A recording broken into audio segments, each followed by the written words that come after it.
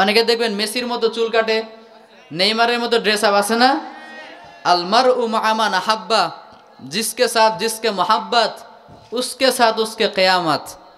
যার সাথে যার মোহব্বত তার সাথেই তার কিয়ামত। তা তুমি যদি মেসিকে ভালোবাসো, কিয়ামতের দিন মেসির সাথেই দাঁড়াবা।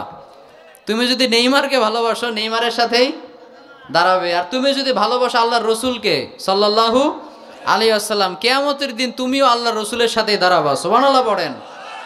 এজন্য অমুসলিমদেরকে অনুসরণ করা যাবে। আবার ইদানিং বাংলাদেশে একটা ট্রেন্ড চালু হয়েছে, বিটিএস আছে না নাই? বিটিএস হচ্ছে একটা কোরিয়ান ক্যাপঅপ ব্র্যান্ড। তো এরা দেখতে ছেলের মতো কিন্তু আচরণগুলো অ্যাটিটিউড মেয়েদের মতো, তার মানে হিজড়া, ঠিক কি না? আর এই বিটিএস এর সবচাইতে বেশি ফ্যান হচ্ছে বাংলাদেশের মেয়েরা।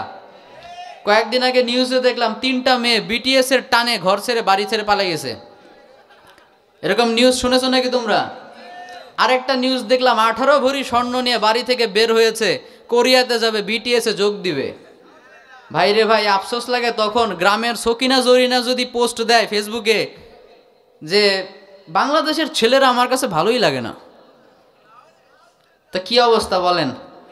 যারা বিটিএস কে পছন্দ করে, যে সকল মেয়েরা, এরা যদি বাংলাদেশের ছেলে বিয়ে করে, ওদেরকে তোমরা বলবা তোর জন্য বাংলাদেশের ছেলে বিয়ে করা হারাম, যা কোরিয়া থেকে নিয়ে আয়, ঠিক কিনা? ভাই, যেই মেয়েরা বিটিএস পছন্দ করে এদেরকে বিয়ে করার চাইতে সারা জীবন কুমার থাকাই ভালো।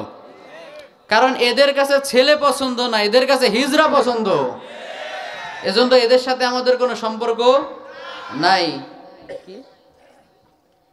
এদের সাথে আমাদের কোনো সম্পর্ক নাই। আমরা অনুসরণ করব নবী রাসূলদের, ইহুদি খ্রিস্টানদেরকে আমরা অনুসরণ করব না, ঠিক কিনা?